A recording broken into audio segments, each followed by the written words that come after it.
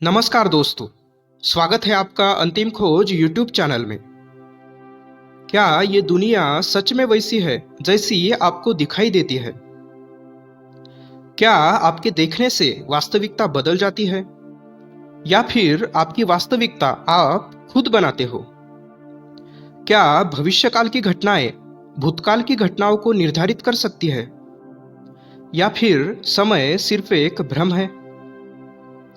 चलिए, आज के वीडियो में हम क्वांटम फिजिक्स और अद्वैत वेदांत की सहायता से हमारे अस्तित्व से जुड़े ऐसे ही महत्वपूर्ण सवालों के जवाब ढूंढने की कोशिश करेंगे।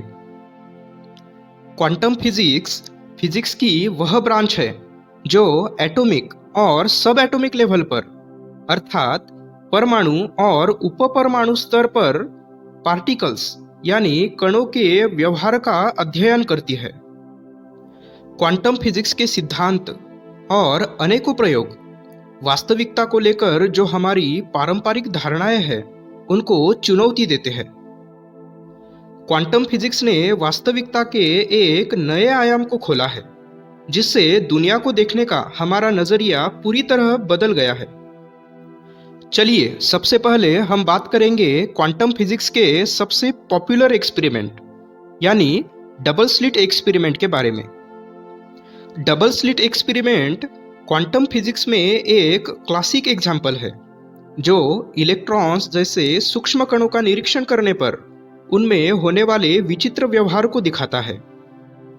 इस प्रयोग में इलेक्ट्रॉन्स जैसे क्वांटम पार्टिकल्स को एक प्लेट पर बने दो पैरेलल स्लिट्स यानी दो समानांतर पतले छेदों में से होकर एक स्क्रीन पर छोड़ा जाता है।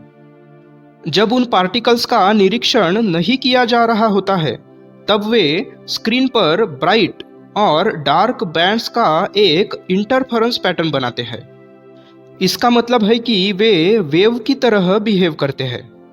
लेकिन जब स्लिट्स के आगे रखे हुए डिटेक्टर्स का उपयोग करके उनका निरीक्षण किया जाता है तब उनका वेव फंक्शन कोलैप्स हो जाता है और वे स्क्रीन पर दो ब्राइट बैंड्स का एक नॉन इंटरफेरेंस पैटर्न बनाते हैं। इसका मतलब है कि वे पार्टिकल की तरह बिहेव करने लगते हैं। डबल स्लिट एक्सपेरिमेंट में पार्टिकल्स, वेव और पार्टिकल इन दोनों के कैरेक्टरिस्टिक्स दिखाते हैं। पार्टिकल्स के इस बिहेवियर को वेव पार्टिकल ड्यूअलिटी कहा जाता है। Double slit experiment quantum superposition के फिनोमिनन को भी दिखाता है। क्वांटम सिस्टम का उसे देखने या मेजर ना करने तक एक ही समय में अनेक संभावित स्थितियों में होने के फिनोमिनन को ही क्वांटम सुपरपोजिशन कहते हैं। जब डबल स्लिट एक्सपेरिमेंट में एक समय पे सिर्फ एक क्वांटम पार्टिकल एक के बाद एक दो पैरेलल स्लिट्स में से होकर एक स्क्रीन पर छोड़ा जाता है तब वह पार्टिकल वेव की तरह बिहेव करता है और स्क्रीन पर इंटरफेरेंस पैटर्न बनाता है। ये इंटरफेरेंस पैटर्न दिखाता है कि प्रत्येक पार्टिकल खुद के साथ ही इंटरफेयर करता है, अर्थात खुद से ही टकराता है और एक ही समय में दोनों पैरेलल स्लिट से होकर गुजरता है। लेकिन जब हम डिटेक्टर्स का उपयोग करके पार्टिकल्स का पाथ ट्रैक करने की कोशिश करते हैं तब उनका इंटरफेरेंस पैटर्न नष्ट हो जाता है और वे एक फिक्स स्टेट में आ जाते हैं, अर्थात अब वे दोनों में से किसी एक ही स्लिट से गुजरते हैं। ये फिनोमिनन दिखाता है कि जब तक किसी पार्टिकल को देखा या मेजर नहीं किया जाता है तब तक वो पार्टिकल एक ही समय में अनेक संभावित स्थितियों में रहता है। इसका एक अर्थ ये भी होता है कि वो एक ही समय में अनेक संभावित जगहों पर मौजूद रहता है और जब हम उसे देखते हैं या मेजर करते हैं तब वह एक निश्चित स्थिति में आ जाता है। अब मैं आपको एक उदाहरण के माध्यम से डबल स्लिट एक्सपेरिमेंट को आसान भाषा में समझाने की कोशिश करता हूँ। कल्पना कीजिए कि आप एक तालाब के किनारे पर दूरबीन लेकर खड़े हो और तालाब से 1 किलोमीटर की दूरी पर एक हाथी खड़ा है जिसे पानी पीने के लिए तालाब पे आना है। तालाब पे आने के लिए उसके सामने दो कच्चे रास्ते हैं। अब कल्पना कीजिए कि हाथी तालाब की तरफ चलना शुरू कर देता है, लेकिन आप दूरबीन बंद कर देते हो और हाथी दोनों में से किस रास्ते से होकर तालाब की तरफ आ रहा है ये नहीं देखते हो। हाथी तालाब पर पहुंचने के बाद आप उन रास्तों का निरीक्षण करने जाते हो, तो आप पाते हो कि दोनों ही रास्तों पर उस हाथी के पैरों के निशान मौजूद है। इसका अर्थ ये होता है कि हाथी एक ही समय पे दोनों रास्तों से चलते हुए तालाब तक पहुंचा था। अब कल्पना कीजिए कि आप अगले दिन फिर से उसी तालाब के किनारे पर जाकर खड़े हो जाते हो। थोड़ी देर बाद हाथी आकर दोनों रास्तों के सामने खड़ा हो जाता है। इस बार आप दूरबीन से हाथी का निरीक्षण करने लगते हो और आप पाते हो कि इस बार हाथी दोनों में से किसी एक ही रास्ते पर चलते हुए तालाब तक पहुंच जाता है। आप रास्तों का करीब से निरीक्षण करने जाते हो, तो आप पाते हो कि हाथी जिस रास्ते से चलकर तालाब तक पहुंचा था, सिर्फ उसी रास्ते पर उसके पैरों के निशान मौजूद है, दूसरे रास्ते पर नहीं। इस घटना से ये निष्कर्ष निकलता है कि जब आप हाथी को तालाब की तरफ आते हुए नहीं देखते हो, तब वो एक ही समय पे दोनों रास्तों से चलकर तालाब तक पहुंचता है। इसका मतलब हाथी एक ही समय पे दोनों रास्तों पे मौजूद होता है। और जब आप हाथी को तालाब की तरफ आते हुए देखते हो, तब वो दोनों में से कोई एक ही रास्ता चुनता है और उस पर चलकर तालाब तक पहुंचता है। ये ऐसा ही है जैसे पार्टिकल को स्क्रीन तक जाते हुए ना देखने पर वो एक ही समय पे दोनों स्लिट से गुजरता है और स्क्रीन तक पहुंचता है, और उसे स्क्रीन तक जाते हुए देखने पर वो दोनों में से किसी एक ही स्लिट से गुजरता है और स्क्रीन तक पहुंचता है। मैंने हाथी का उदाहरण केवल डबल स्लिट एक्सपेरिमेंट को आसान भाषा में समझाने के लिए दिया है। क्वांटम फिजिक्स के नियम मुख्य रूप से इलेक्ट्रॉन्स, प्रोटॉन्स और फोटॉन्स जैसे क्वांटम पार्टिकल्स के बिहेवियर की स्टडी करके अच्छी तरह से जाने जा सकते हैं, लेकिन बड़ी आकारों वाली वस्तुओं पर ये नियम कैसे काम करते हैं ये अभी भी खोज का विषय है। कभी कभी क्वांटम सिस्टम का बार बार निरीक्षण करने से या उसे बार बार मेजर करने से उसका इवोल्यूशन यानी विकास बहुत हद तक रुक जाता है। इस फिनोमिनॉन को क्वांटम मैकेनिक्स में क्वांटम जीनो इफेक्ट कहते हैं। क्वांटम सिस्टम का लगातार निरीक्षण करते रहने से उसकी स्टेट बार बार कोलैप्स होके इनिशियल कंडीशन में चली जाती है, जिस वजह से क्वांटम सिस्टम में समय के साथ होने वाला बदलाव बहुत हद तक रुक जाता है। उदाहरण के लिए, अगर हम रेडियो एक्टिव एटम का लगातार निरीक्षण करते रहते हैं तो उसका डीके यानी विघटन होने का दर कम हो जाता है। इस प्रकार क्वांटम जीनो इफेक्ट, वेव पार्टिकल ड्यूअलिटी और क्वांटम सुपरपोजिशन फिनोमिनॉन ये कुछ ठोस प्रमाण है जो सिद्ध करते हैं कि हमारे देखने से क्वांटम सिस्टम की रियलिटी बदल जाती है। क्वांटम फिजिक्स के ये फिनोमिनॉन हमारी डिटर्मिनिज्म यानी नियमवाद और ऑब्जेक्टिव रियलिटी की धारणाओं को बदल कर रख देते हैं। ये फिनोमिनॉन सिद्ध करते हैं कि वास्तविकता स्वभाव से ही प्रोबेबिलिस्टिक यानी संभावनाओं से भरी और सब्जेक्टिव होती है। ये हमारी धारणाएं और दुनिया के साथ होने वाला इंटरैक्शन ही है जो हमारे अनुभवों को आकार देता है। हमारी कॉन्शियसनेस यानी चेतना हमारी वास्तविकता का स्वरूप निर्धारित करती है। हमारी वास्तविकता हम खुद बनाते हैं। चलिए अब हम क्वांटम फिजिक्स के एक और इंटरेस्टिंग फिनोमिनॉन क्वांटम एंटेंगलमेंट के बारे में जानेंगे।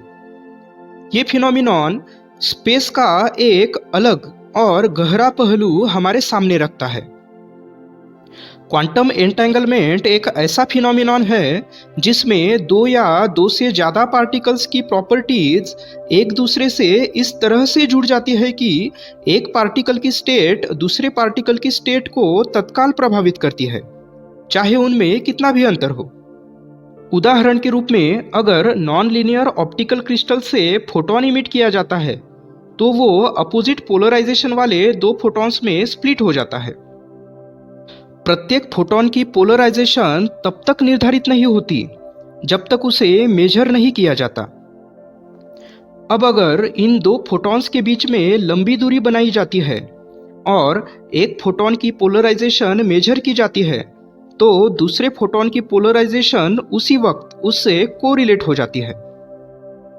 हालांकि दूसरे फोटॉन की पोलराइजेशन पहले से निर्धारित नहीं थी, लेकिन मेजरमेंट के बाद उसकी पोलराइजेशन अपोजिट पाई जाएगी। अगर मेजर करने पर पहला फोटॉन वर्टिकली पोलराइज्ड होता है तो दूसरा फोटॉन हॉरिजॉन्टली पोलराइज्ड पाया जाएगा, और अगर मेजर करने पर पहला फोटॉन हॉरिजॉन्टली पोलराइज्ड होता है तो दूसरा फोटॉन वर्टिकली पोलराइज्ड पाया जाएगा। दो फोटॉन्स के बीच का ये कोरिलेशन वैसा ही बना रहता है चाहे उनके बीच की दूरी कितने भी बढ़ाई जाए। ये बात उन दोनों के बीच होने वाले इंस्टेंटेनियस कम्युनिकेशन को दिखाती है। अब मैं आपको एक उदाहरण के माध्यम से क्वांटम एंटेंगलमेंट के इस फिनोमिनॉन को आसान भाषा में समझाने की कोशिश करता हूँ। कल्पना कीजिए कि आपके पास एंटेंगल सिक्कों की एक जोड़ी है जिसमें से एक सिक्का आप खुद के पास रखते हो और दूसरा सिक्का आपके दोस्त को दे देते हो जो आपसे हजारों किलोमीटर दूर किसी दूसरे देश में रहता है। एक दिन आप आपके दोस्त को वीडियो कॉल करते हो और दोनों मिलके डिसाइड करते हो कि दोनों अपने अपने सिक्के को एक साथ उछालोगे। सिक्के उछालने के बाद आप पाओगे कि अगर आपका सिक्का हेड दिखाता है तो आपके दोस्त का सिक्का भी हेड ही दिखाएगा, और अगर आपका सिक्का टेल दिखाता है तो आपके दोस्त का सिक्का भी टेल ही दिखाएगा। आप जितनी भी बार सिक्के उछालोगे उतनी बार दोनों सिक्कों के रिजल्ट एक जैसे ही आएंगे। ये ऐसा ही है जैसे ब्रह्मांड में एक छोर में स्थित पार्टिकल की स्पिन डायरेक्शन बदल जाती है तो ब्रह्मांड के दूसरे छोर में स्थित उसके एंटेंगल पार्टिकल की स्पिन डायरेक्शन भी उसी वक्त बदल जाएगी। याद रखिए कि मैंने सिक्कों का उदाहरण केवल क्वांटम एंटेंगलमेंट के फिनोमिनॉन को आसान भाषा में समझाने के लिए दिया है। क्वांटम फिजिक्स के नियम सिक्कों जैसी बड़ी आकारों वाली वस्तुओं पर किस प्रकार से काम करते हैं यह अभी भी खोज का विषय है। क्वांटम एंटेंगलमेंट का फिनोमिनॉन दिखाता है कि एक जगह की घटना दूसरे जगह की घटना को तत्काल प्रभावित करती है, चाहे दोनों जगहों में कितना भी अंतर हो। यह ऐसा ही है जैसे मानो दोनों जगहों के बीच कोई अंतर यानी स्पेस हो ही ना, जिस वजह से एक जगह पर हुई घटना की जानकारी दूसरी जगह तक बिना समय लगाए ही पहुंच जाती हो। या फिर ऐसा भी हो सकता है कि एंटेंगल पार्टिकल्स स्पेस में एक दूसरे से कनेक्टेड हो, या फिर वो एक ही सिस्टम का हिस्सा हो। जो भी हो, लेकिन क्वांटम एंटेंगलमेंट का ये फिनोमिनॉन स्पेस को लेकर हमारी पारंपरिक समझ को चुनौती देता है। ये फिनोमिनॉन इस बात की तरफ इशारा करता है कि स्पेशल सेपरेशन यानी वस्तुओं के बीच का अंतर सिर्फ एक भ्रम हो सकता है। अब हम समय के अस्तित्व पर सवाल उठाने वाले delayed choice quantum eraser experiment के बारे में जानेंगे। Delayed choice quantum eraser experiment double slit experiment का ही मॉडिफिकेशन है। डबल स्लिट एक्सपेरिमेंट में पार्टिकल डिटेक्टर्स आमतौर पर स्लिट्स के आगे रखे जाते हैं ताकि पार्टिकल्स किस स्लिट से गुजरते हैं ये जाना जा सके। लेकिन delayed choice quantum eraser experiment में पार्टिकल डिटेक्टर्स स्लिट्स के पीछे रखे जाते हैं ताकि स्लिट से गुजरने के बाद पार्टिकल्स का बिहेवियर कैसा होता है ये जाना जा सके। इस एक्सपेरिमेंट में एक स्पेशल मैकेनिज्म इंट्रोड्यूस किया जाता है जिससे कि हमें ये सुविधा मिल जाती है कि पार्टिकल्स के स्लिट से गुजरने के बाद परंतु स्क्रीन पर हिट होने से पहले हम ये चुनाव कर सके कि प्रत्येक पार्टिकल किस स्लिट से गुजरा है। ये जानकारी हमें स्टोर करनी है या इरेज करनी है। चूंकि पार्टिकल्स के पाथ की इंफॉर्मेशन रखनी है या मिटानी है, ये डिसीजन हम पार्टिकल्स के स्लिट से गुजरने के बाद ले रहे हैं, इसलिए इसे डिलेड चॉइस कहते हैं। इस एक्सपेरिमेंट में अगर हम पार्टिकल्स के पाथ की इंफॉर्मेशन स्टोर करते हैं तो हम पाते हैं कि पार्टिकल्स पार्टिकल लाइक नेचर दिखाते हैं और स्क्रीन पर नॉन इंटरफेरेंस पैटर्न बनाते हैं।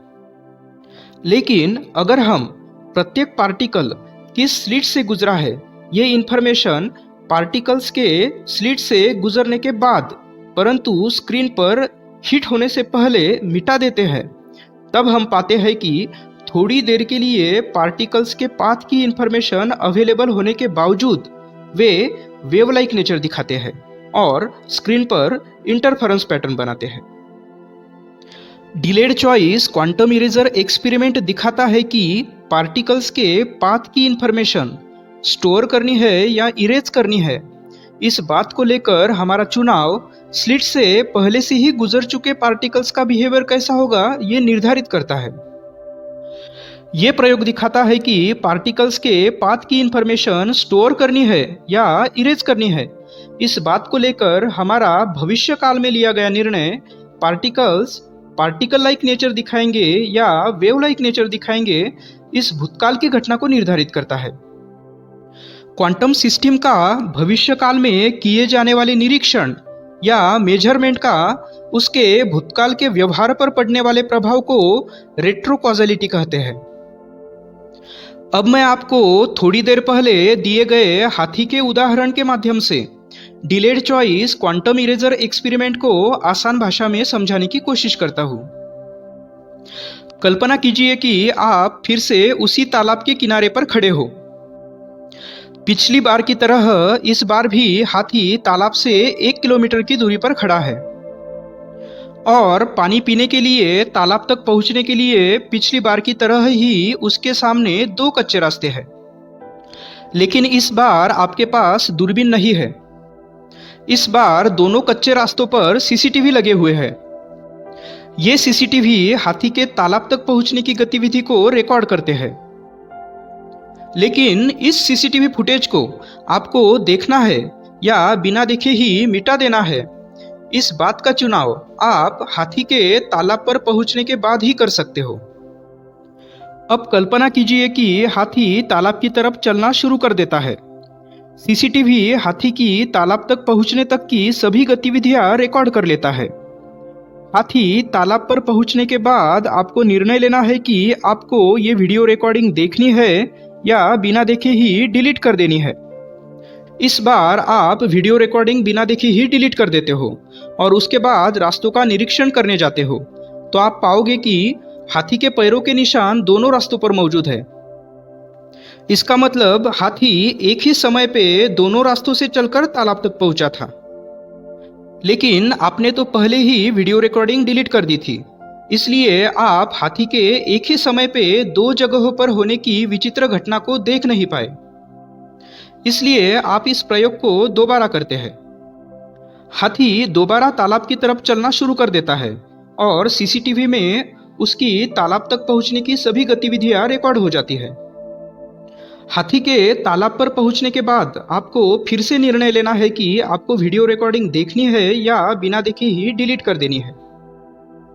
इस बार आप वीडियो रिकॉर्डिंग देखने का निर्णय लेते हो और आप पाते हो कि इस बार हाथी दोनों में से किसी एक ही रास्ते से चलकर तालाब तक पहुंचा है और जिस रास्ते से चलकर वह तालाब तक पहुंचा है सिर्फ उसी रास्ते पर उसके पैरों के निशान मौजूद है, दूसरे रास्ते पर नहीं। इसका मतलब आप भविष्य में वीडियो रिकॉर्डिंग देखने वाले हो या बिना देखे ही डिलीट करने वाले हो, इस बात को लेकर आपका चुनाव हाथी भूतकाल में तालाब तक केवल एक रास्ते से होकर पहुंचेगा या दोनों रास्तों से होकर पहुंचेगा, इस बात को निर्धारित करता है। या फिर इसे ऐसा भी कह सकते हैं कि हाथी को पहले से पता होता है कि आप भविष्य में उसकी तालाब तक जाने वाली वीडियो रिकॉर्डिंग देखने वाले हो या बिना देखे ही डिलीट करने वाले हो। अगर आप भविष्य में वीडियो रिकॉर्डिंग देखने वाले होते हो तो भूतकाल में हाथी एक ही रास्ते से चलकर तालाब तक पहुंचता है और अगर आप भविष्य में वीडियो रिकॉर्डिंग बिना देखे ही डिलीट करने वाले होते हो, तो भूतकाल में हाथी एक ही समय पर दोनों रास्तों से चलकर तालाब तक पहुंचता है। यह ऐसा ही है जैसे भविष्य में पार्टिकल के पाथ की इंफॉर्मेशन स्टोर की जाने वाली हो, तो भूतकाल में वह पार्टिकल लाइक नेचर दिखाते हुए एक ही स्लिट से गुजरकर स्क्रीन पर हिट करता है। और अगर भविष्य में पार्टिकल के पाथ की इंफॉर्मेशन डिलीट की जाने वाली हो, तो भूतकाल में वह वेव लाइक नेचर दिखाते हुए दोनों स्लिट से गुजरकर स्क्रीन पर हिट करता है। मैं आपको फिर से याद दिलाना चाहता हूँ कि क्वांटम फिजिक्स के नियम बड़े आकारों वाली वस्तुओं पर किस प्रकार से काम करते हैं, ये अभी भी खोज का विषय है। मैंने हाथी का उदाहरण केवल delayed choice quantum eraser experiment को आसान भाषा में समझाने के लिए दिया है। Delayed choice quantum eraser experiment के माध्यम से दिखाई देने वाला रेट्रोकॉजलिटी फिनोमिनॉन, अर्थात भविष्यकाल की घटना का भूतकाल की घटना पर होने वाला प्रभाव, कॉज और इफेक्ट के लीनियर प्रोग्रेशन को चैलेंज करता है। रेट्रोकॉजलिटी फिनोमिनॉन भूतकाल, वर्तमान काल और भविष्यकाल के बीच की सीमा रेखाएं धुंधली कर देता है। अब हम आधुनिक भौतिक विज्ञान की नजर से ब्रह्मांड की रचना को समझने की कोशिश करते हैं। आधुनिक भौतिक विज्ञान के अनुसार पूरा ब्रह्मांड 17 fundamental particles, 4 fundamental forces, space time, dark matter और डार्क एनर्जी, इन 5 घटकों से मिलकर बना है।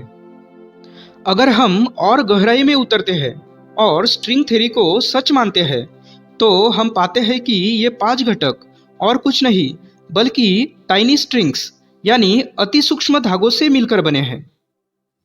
सभी स्ट्रिंग्स भौतिक रूप से समान होते हैं। वे वन डायमेंशनल होते हैं, इसलिए उनका कोई इंटरनल स्ट्रक्चर नहीं होता। ये स्ट्रिंग्स अलग अलग पैटर्न में वाइब्रेट करते हैं और प्रत्येक पैटर्न अलग अलग फंडामेंटल पार्टिकल को उत्पन्न करता है। और इन वाइब्रेटिंग स्ट्रिंग्स के आपसी इंटरैक्शन से फंडामेंटल फोर्सेस और स्पेस टाइम का निर्माण होता है।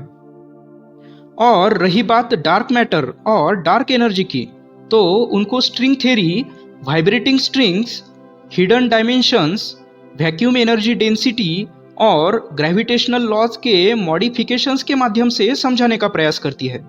इस प्रकार ब्रह्मांड और कुछ नहीं बल्कि इन्हीं टाइनी स्ट्रिंग्स की अभिव्यक्ति है, एक्सप्रेशन है। अब तक हमने जाना कि वास्तविकता को लेकर हमारी जो धारणाएं हैं, उन पर क्वांटम फिजिक्स अनेक सवाल उठाता है।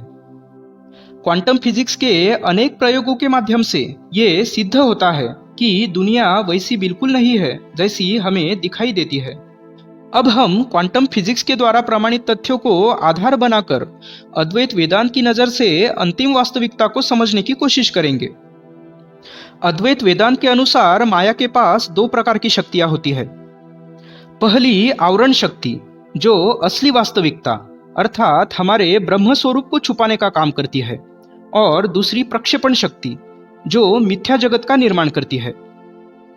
माया द्वैत यानी भेद उत्पन्न करती है, जिस वजह से हमें दुनिया में अलग अलग चीजें दिखाई देती है और इस दुनिया की विविधता पर हमें विश्वास हो जाता है।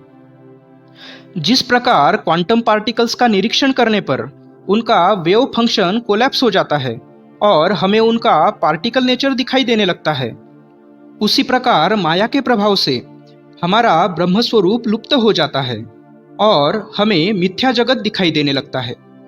जिस प्रकार सुपरपोजिशन स्टेट में यानी अनेक संभावित स्थितियों में रहने वाले क्वांटम पार्टिकल्स हमारे देखने से एक निश्चित स्थिति में आ जाते हैं, उसी प्रकार अनंत संभावनाओं से भरा ब्रह्म स्वरूप जगत का अनुभव करने पर छुप जाता है और निश्चितताओं से भरा मिथ्या जगत सामने आ जाता है। यह ऐसा ही है जैसे सुपरपोजिशन स्टेट वास्तविकता हो और डेफिनेट स्टेट माया है। अनंत संभावना ही मुक्ति है, निश्चितता तो बंधन है। हमारे द्वारा अनुभव की जाने वाली दुनिया गहराई में छुपे हुए सच से बहुत अलग है। इस अद्वैत वेदांत की धारणा को क्वांटम फिजिक्स प्रमाणित करता है।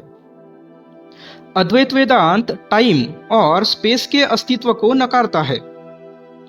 अगर हम टाइम की बात करें तो अद्वैत वेदांत का मानना है कि हमारी कॉजेलिटी यानी कॉज और इफेक्ट की धारणा सिर्फ एक भ्रम है।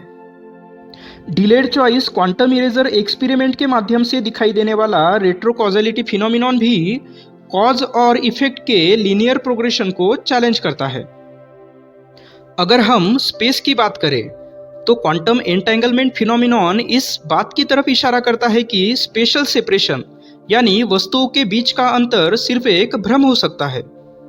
उसी प्रकार अद्वैत वेदांत का मानना है कि दृष्टा और दृश्य यानी ऑब्जर्वर और ऑब्जर्व्ड के बीच कोई अंतर नहीं है, कोई भेद नहीं है, और जो भेद दिखाई देता है वो सतही है, बहुत गहराई में दोनों इंटरकनेक्टेड है, एक है।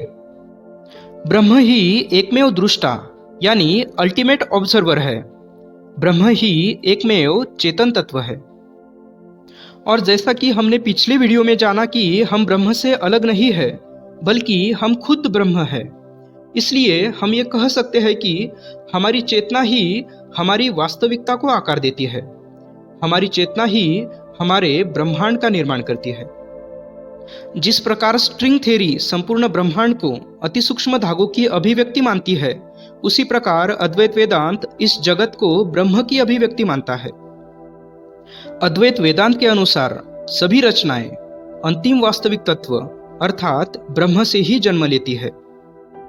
क्वांटम एंटेंगलमेंट फिनोमिनॉन में दिखाई देने वाली क्वांटम पार्टिकल्स के बीच की इंटरकनेक्टेडनेस भी ब्रह्म की अंतर्निहित एकता की तरफ ही इशारा करती है। जिस प्रकार क्वांटम झिनो इफेक्ट हमें दिखाता है कि लगातार निरीक्षण करने से क्वांटम सिस्टम में होने वाला परिवर्तन रुक जाता है और वो अपनी मूल स्थिति में स्थिर हो जाती है, उसी प्रकार नियमित रूप से आत्मसमीक्षा करने से व्यावहारिक जीवन में होने वाले परिवर्तनों का जीवात्मा पे होने वाला परिणाम रुक जाता है और वो अपने मूल ब्रह्म स्वरूप में स्थिर हो जाता है।